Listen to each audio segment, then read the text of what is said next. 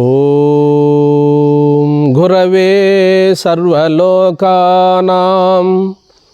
విషజే భవరోగిణాం నిదయే సర్వవిద్యానాం దక్షిణామూర్తయే నమః. దివ్యాత్మ స్వరూపులైన ప్రియ ఆత్మ బంధువులారా, మనం కొంతకాలంగా ఈ ఆధ్యాత్మిక ప్రవచనములను జరుపుకుంటున్నాము. అయితే ప్రతి సాధకుడికి కూడా ఆత్మ సాక్షాత్కార జ్ఞానాన్ని అనుభవానికి తెచ్చుకోవాలని, ఈశ్వర సాక్షాత్కారాన్ని పొందాలని, తొందరగా బ్రహ్మజ్ఞానాన్ని అనుభవానికి తెచ్చుకోవాలని ఉంటుంది. అయితే ఏ విధముగా మనము సాధన చేస్తే మన పూర్వీకులైనటువంటి మహాత్ములకు ఆత్మ సాక్షాత్కారం కలిగిందో, బ్రహ్మ సాక్షాత్కార జ్ఞానం అనుభవంలోకి వచ్చినదో, ఆ నిజమైనటువంటి సాధన మనము చేసుకోవాలి. నిజమైన సాధన అనగానేమి అంటే, మొట్టమొదటగా మనము సద్గురువుల ద్వారా శ్రవణ మననాదులు చేయాలి. పూజలు, వ్రతాలు, ప్రార్థనలు, తీర్థయాత్రలు, సమారాధనలు ఇవన్నీ కూడా పరంపరా సాధనలే కానీ సాక్షాత్తు సాధనలు కావు. ఇవన్నీ సోపానములు మాత్రమే కానీ పరమార్థములు కావు. నిజమైన ఆంతరింగిక సాధనలు అనగానేమి అనగా శ్రవణము, మననము, నిధిధ్యాసనము. శ్రవణము అనగా సద్గురువుల ద్వారా బ్రహ్మం అన్నది ఒకటి ఉన్నది, ఆ బ్రహ్మము ఏదో కాదు అది నీవేనని చెప్పేటువంటి ఆ గురు ప్రబోధన ద్వారా తెలుసుకోవాలి. మనం ఆ విన్నటువంటి శ్రవణం చేసినటువంటి అంశాలను బాగా మననం చేయాలి. మననం చేసినటువంటి అంశాన్ని ఇంతకంటే వేరే లేదని నిధిధ్యాసనలో, ఆ బ్రహ్మనిష్టలో కేవలము ఆ యొక్క నిధిధ్యాసన, నిధి అనగా స్వరూపము, ధ్యాస అనగా దాని మీద దృష్టి ఉంచడం, ధ్యాస ఉంచడం. అంటే ఇక్కడ జ్ఞాననిష్ట అన్నాడు, నిధిధ్యాసన అంటే జ్ఞాననిష్ట. అయితే మనకు ఎన్నో గ్రంథాలు చదువుతూ ఉంటాము, ఎన్నో పురాణాలు వింటూ ఉంటాము, ఎన్నో పురాణ శ్రవణం ఎన్నో చేస్తుంటాం. కానీ ఆ సాధనల్లో ఉన్న రహస్యాన్ని మనం గుర్తించాలి. రహస్యం అనగానేమి అంటే, ఎక్కువ కాలము ఆత్మానాత్మ విచారణ కానీ, ధ్యానము కానీ, యోగము కానీ ఆచరించాలి. ఏదో 10 నిమిషాలు నేను ధ్యానం చేస్తున్నాను, యోగం చేస్తున్నాను, జపం చేస్తున్నాను అంటే ఆత్మ అనుభవం కలిగేటువంటి అవకాశమే లేదు. పూర్వం మన సనాతనమైనటువంటి ఋష్యాదులైతేనేమి, యోగులైతేనేమి, జ్ఞానులైతేనేమి ఎంతో పరిశ్రమ చేశారు. అయితే మేము గృహస్థులం కదా, మేము ఏదో వ్యాపారం చేసుకుంటున్నాము, ఏదో మేము జీవనోపాధి కొరకు ఎన్నో కర్మలు ఆచరిస్తున్నాము, మరి గంటలు గంటలు కూర్చొని మేము ధ్యానం చేయాలంటే మాకు సాధ్యమవుతుందా అని చెప్పి సామాన్యులు అనుకోవచ్చు. అందుకనే 23 గంటలు సొంత పనులు చేసుకోవచ్చు. 1 గంట భగవద్ధ్యానము కానీ, యోగము కానీ, జపము కానీ, ప్రార్థన కానీ 1 గంటతో ప్రారంభించాలి. 5 నిమిషాలతో ప్రారంభించి 10 నిమిషాల వరకు, 20 నిమిషాల వరకు, 60 నిమిషాల వరకు ఇలా చేస్తూ 3 గంటల కాలాన్ని రీచ్ కావాలి. మనం 3 గంటలకు ధ్యానములో మనము కూర్చోగలిగేటువంటి ఆ తాహతను, ఆ సామర్థ్యాన్ని పెంచుకోవాలి. దినదిన క్రమేపీ జపం చేసేవారైతే ఏ ఆలోచనను రానియకుండా ఏకాంతముగా జపం చేయాలి. ధ్యానం చేసేవారైతే కేవలము కూర్చొని ఉచ్ఛ్వాస నిశ్వాసలను గమనించినా కూడా చాలు, మనసు ఏకాగ్రత చెందుతుంది. ఆ ఏకాగ్రత అనగానేమో కాదు ధ్యానం. ధ్యానం అనగానేదో కాదు, ఆత్మ పరమాత్మలు రెండూ కూడా ఒకటేనని సమ్యక్ దృష్టి. ఇలా అంచెలంచెలుగా ధ్యానము ద్వారా, యోగము ద్వారా, జపము ద్వారా మనసును పరిపరి విధాలుగా వెళ్ళేటువంటి మనసును ఒక్క త్రోవకు తెచ్చుకోవడం. ఒక్క త్రోవకు తెచ్చుకున్న తర్వాత ఏకాగ్రత కలుగుతుంది. ఆ ఏకాగ్రతలో లక్ష్యాన్ని మనము అనుభవానికి తెచ్చుకోవాలి. కేవలము గాలి లేని చోట నిశ్చలముగా ప్రకాశించేటువంటి మనసును, బ్రహ్మము కంటే వేరుగా ఈ మనసు కూడా లేదు అని చెప్పి ఆ మనసును కూడా బ్రహ్మ మాత్రమై చూచుట.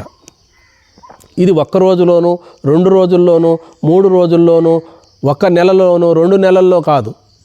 సతు దీర్ఘకాల నైరంతర్యం సత్కారా సేవితో దృఢభూమి అంటాడు పతంజలి మహర్షి.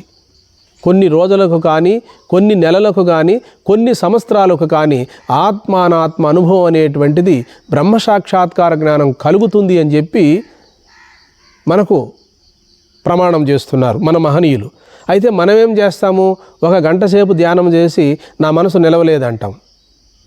ఒక 20 నిమిషాలు పూజ చేసి నా మనసు ఎటో వెళుతున్నదే అంటాం. ఆ విషయం సత్యమే.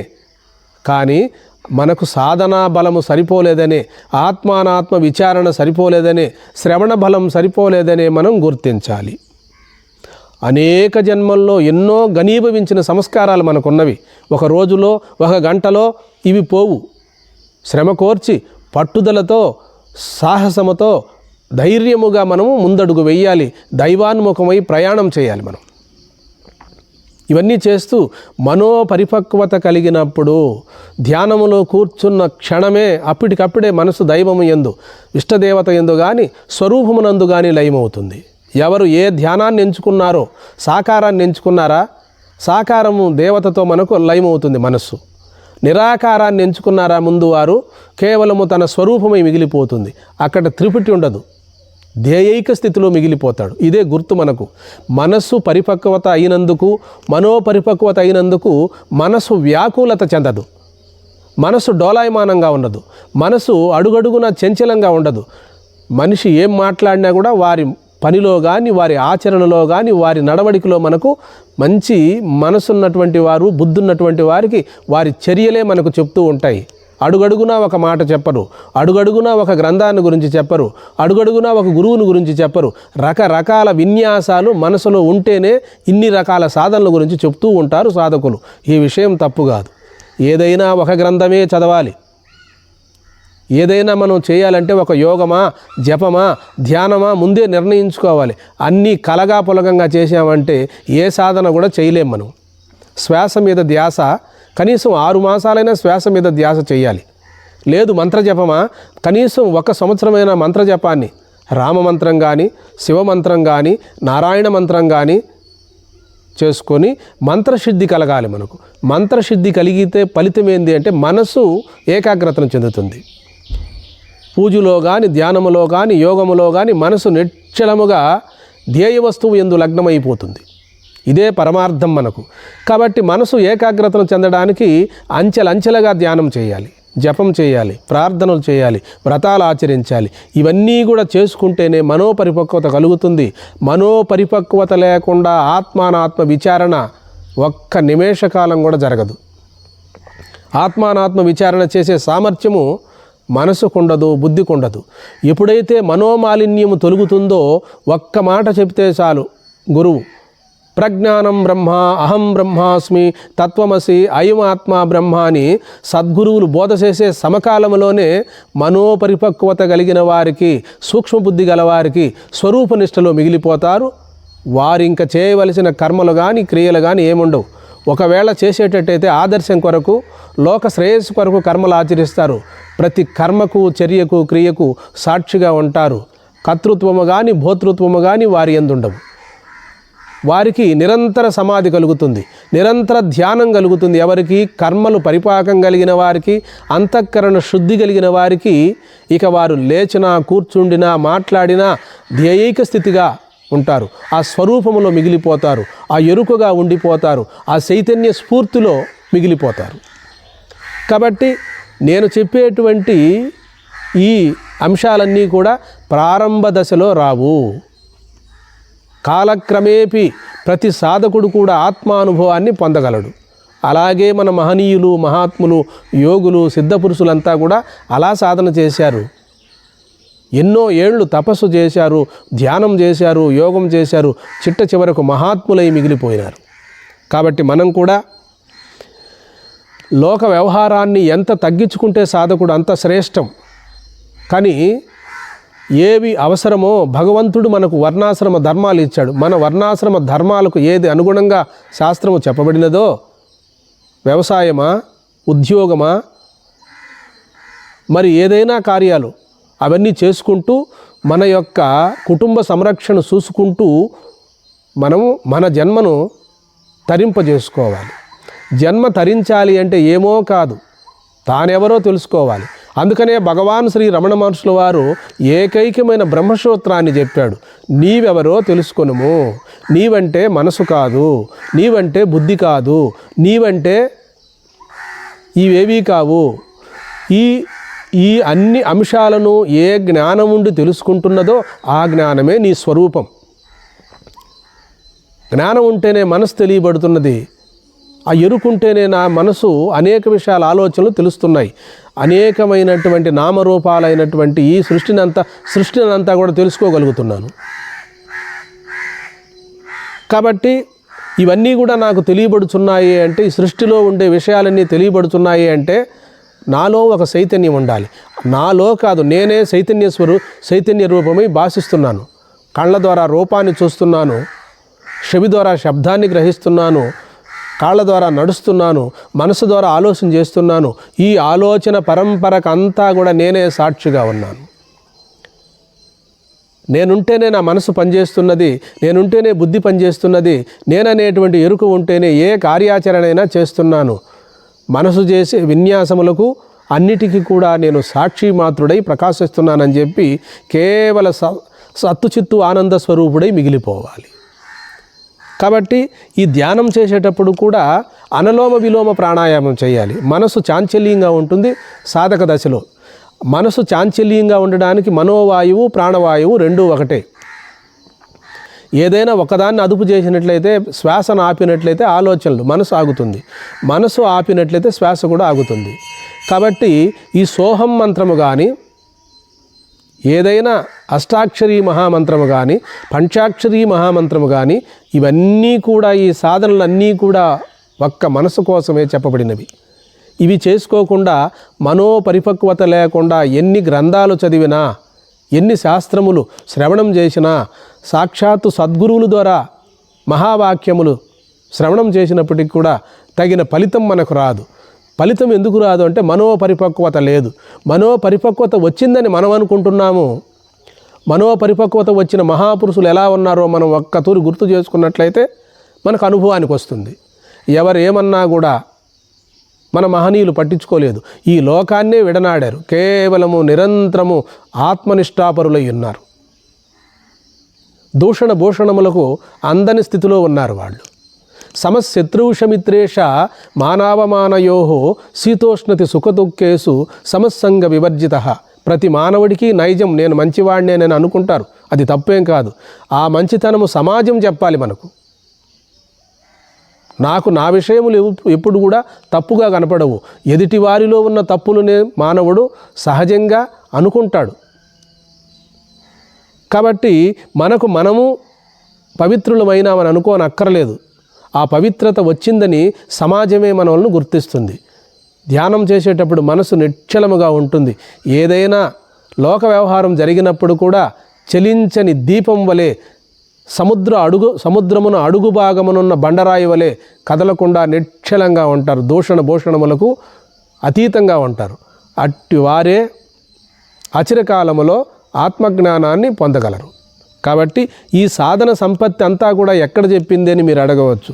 భగవద్గీతలో అమానిత్వాది గుణాలను 26 గుణాలను చెప్పబడింది. 24 గుణాలు 26 చెప్పబడింది. కాబట్టి బ్రహ్మానుభవం కలుగుతుందా? కలిగితే ఎలా ఉంటుంది? అసలు ముక్తి అంటే ఎలా ఉంటుంది? మోక్షం అంటే ఏమిటి? జీవన్ముక్తి అనగానే ఏమి అనేటువంటి శాస్త్ర ప్రమాణముతో మనము గుర్తించాలి. మన ముందు మన మహనీయులు ఏర్పాటు చేశారు. జగద్గురు శంకరాచార్యులు వారు ముక్తి అనగానేమి, జీవన్ముక్తి అనగానేమి చెప్పారు. సత్సంగత్వే నిస్సంగత్వం, నిస్సంగత్వే నిర్మోహత్వం, నిర్మోహత్వే నిశ్చలతత్వం, నిశ్చలతత్వే జీవన్ముక్తి. తానుగా మిగిలిపోవడమే జీవన్ముక్తి. కేవలము స్వరూపమాత్రుడై స్వస్వరూపమాత్రుడై మిగిలిపోవడమే, అదే జీవన్ముక్తి. జీవన్ముక్తి అనగానేమి? ఈ దేహములో జీవుడుగా ఉన్నది ఎవరో కాదు, పరిపూర్ణ బ్రహ్మమని గుర్తించడమే. నేను బ్రహ్మమై ఉన్నానని గుర్తించడమే. కేవలము ఆ వాక్యాన్ని కూడా విడనాడి బ్రహ్మమాత్రుడై ప్రకాశించడమే. కాబట్టి యతో వాచో నివర్తంతే అప్రాప్య మనసా సహ. వాక్కు, మనసు, బుద్ధి, చిత్తము ఇవన్నీ ఆ పరమాత్మను తెలుసుకోలేక వెనుదిరిగాయంట. కాబట్టి ఈ జన్మలోనే ఆత్మసాక్షాత్కారాన్ని పొందడానికి అంచెలంచెలుగా మనలో దైవీ గుణాలను సంతరింపజేసుకొని, దైవీ గుణాలను ప్రాప్తింపజేసుకొని, అమానిత్వాది గుణాలను భగవద్గీతలో చెప్పారు కదా శ్రీకృష్ణ పరమాత్మ, అట్టి గుణాలను సంప్రాప్తింపజేసుకొని అవి ఉన్నాయని మనం పతనమయ్యేదానికంటే అవి లేవని పశ్చాత్తాపం పడితే భగవంతుడిస్తాడు. లేని మహిమ చెప్పుకున్న రానున్న మహిమ సున్నా అంటాడు వ్యాసాశ్రమ వ్యవస్థాపకులు సద్గురు మహర్షి మలయాళ స్వాములు వారు. లేని సాధనలు ఉన్నాయని చెప్పుకోకుండా ఇంత సామర్థ్యం నాకు లేదని చెప్పి పశ్చాత్తాపడితే భగవంతుడు అనుగ్రహించి, భగవంతుడు సర్వాంతర్యామి కదా, కాబట్టి అట్టి పరమాత్మ అనుగ్రహం మనము పొందగలం. కాబట్టి ధ్యానమైన, యోగమైన, జపమైన, పూజలైనా, ప్రార్థనలైనా మనకు ఫలదాయకం కావాలి అంటే మనోపరిపక్వత కలగాలి. మనోపరిపక్వత కలగాలి అంటే మొట్టమొదట సాత్వికాహారం కావాలి, సజ్జన సాంగత్యం కావాలి, సద్గ్రంథ పఠనం కావాలి. ఇవన్నీ ఉన్నప్పుడు మాత్రమే మనకు మనోపరిపక్వత ఏర్పడుతుంది. మనోపరిపక్వత అయిందని మనం ఎలా గుర్తించాలి అంటే ఇక ధ్యానములో కానీ, యోగములో కానీ, జపములో కానీ శపల చిత్తం లేకుండా పోవడమే, మనసు వ్యాకులత చెందకుండా పోవడమే, కేవలము లౌకిక విషయాలలో కూడా మనసు నిశ్చలంగా ఉండడమే. ఆ నిశ్చలంగా ఉండడమే సమాధి. సమహ ధి, బుద్ధిని అన్నిటి యందును సమంగా ఉంచుకోవడమే సమాధి.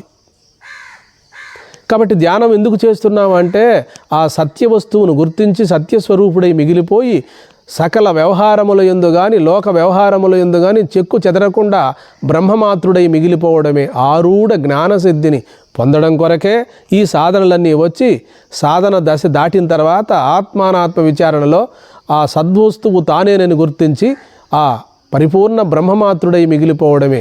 ఏమి చేసినా, ఏమి మాట్లాడినా, ఏమి విన్నా, ఎక్కడ ఉండినా కూడా తాను పరిపూర్ణ బ్రహ్మము తప్ప రెండో పదార్థము లేదని ఆ స్ఫురణలో, ఆ ఎరుకలో, సర్వాత్మ భావనలో మిగిలిపోవడమే ఇందులో ఉన్న ఆంతర్యము, అంతరార్థం కూడా ఇదే. చనిపోయినంత వరకు ఉపాసన చేయమంటుంది శాస్త్రాలు. సగుణోపాసన మన ఇష్టదేవతతో చనిపోయేంతవరకు ఆ దేవతామయంగానే మనం జీవించాలి. ఎందుకని మరణించే సమయంలో ఏ ఆలోచనలు వస్తాయో ఆ ఆలోచనలకు తగినట్టు జన్మ వస్తుంది. యం వాపి స్మరన్ భావం త్యజత్యంతే కళేబరం తం తమేవైతి కౌంతేయ సదా సద్భావ భావితః. మరణించేటప్పుడు ఏ భావం వస్తుందో ఆ భావనకు తగిన జన్మ వస్తుంది అంటాడు గీతాచార్యులు వారు. అందుకనే ఆత్మానాత్మ విచారణ చేసేటువంటి జ్ఞానులు ఏమంటారంటే అది ఉపాసన కాదు, అది సిద్ధ వస్తువే. నీ స్వరూపాన్ని ఒక్క తడవ అనుభవానికి తెచ్చుకుంటే ఇక కడవరకు ఉపాసనల వలె చేయనక్కర్లేదు. ఇక చేసే కర్త మిగిలి ఉండడు, ఉపాసన చేసే కర్తే ఉండడు. మనసు కానీ, బుద్ధి కానీ, చిత్తము కానీ ఇవన్నీ కూడా నాకు లేవు, నేను సచ్చిదానంద పరిపూర్ణ బ్రహ్మమును నేనేనని చెప్పి మహావాక్యముల యొక్క అంతరార్థాన్ని గుర్తిస్తాడు, సమ్యక్ దృష్టిలో మిగిలిపోతాడు. కాబట్టి ఉపాసనే కడవరకు చేయవలసినది. జ్ఞాన విచారణలో అనుభవానికి తెచ్చుకున్న తర్వాత కేవలము సత్తా స్ఫూర్తిలో మిగిలిపోతాడు. ధ్యానము, యోగము, జపము, పూజలు, వ్రతాలు, ప్రార్థనలు ఇవన్నీ కూడా అక్కడ వరకు తీసుకొచ్చి మనల్ని ఆరూఢ జ్ఞానసిద్ధిలో నిలుపుతాయి. ఇక చేసే కర్తవ్యాలేమీ ఉండవు. ఒకవేళ కర్తవ్యం ఏదైనా ఉందా అంటే అది లోక సంగ్రహం కొరకే, ఆదర్శం కొరకే కర్మలు ఆచరిస్తాడు జ్ఞాని. కాబట్టి తనకు ఇక చేయవలసింది ఏమీ లేదు. దేని కొరకైతే ఈ మానవ జన్మ వచ్చినదో ఆ పరమాత్మ తత్వాన్ని తన స్వరూపమేనని గుర్తించడం కొరకే ఇంత మానవ జన్మ మనకు వచ్చినది. ఈ జన్మలోనే మనము దైవ సాక్షాత్కార జ్ఞానాన్ని అనుభవానికి తెచ్చుకొని పరిపూర్ణ బ్రహ్మమాత్రుడై మిగిలిపోవడమే ఇందులో ఉన్న పరమార్థం. ఈ సత్యం కొరకు పలు కోణాల్లో సాధన చేశారు. ఒకరు యోగం గొప్పదన్నారు, ఒకరు ధ్యానం గొప్పదన్నారు, ఒకరు జపం గొప్పదన్నారు, ఒకరు ప్రాణాయామం గొప్పదన్నారు. వీటన్నిటి పర్యవసానము పరమాత్మ సాక్షాత్కారం. పరమాత్మ అనగానేమి? ఆత్మ పరమాత్మ.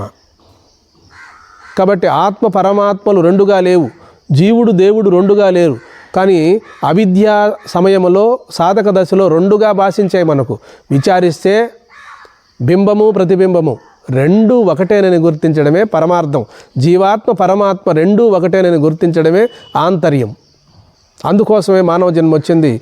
అందుకోసమే సకల శాస్త్రములు, పురాణములు, ఉపనిషత్తులు, వేద వాంగ్మయం అంతా కూడా జీవాత్మను పరమాత్మగా గుర్తించి ఇక్కడే జీవన్ముక్తులై నిత్యముక్తులై మిగిలిపొమ్మనే మనకు శాస్త్రములు ప్రబోధిస్తున్నవి, సద్గురువులు కూడా ప్రబోధిస్తున్నారు. హరి ఓం.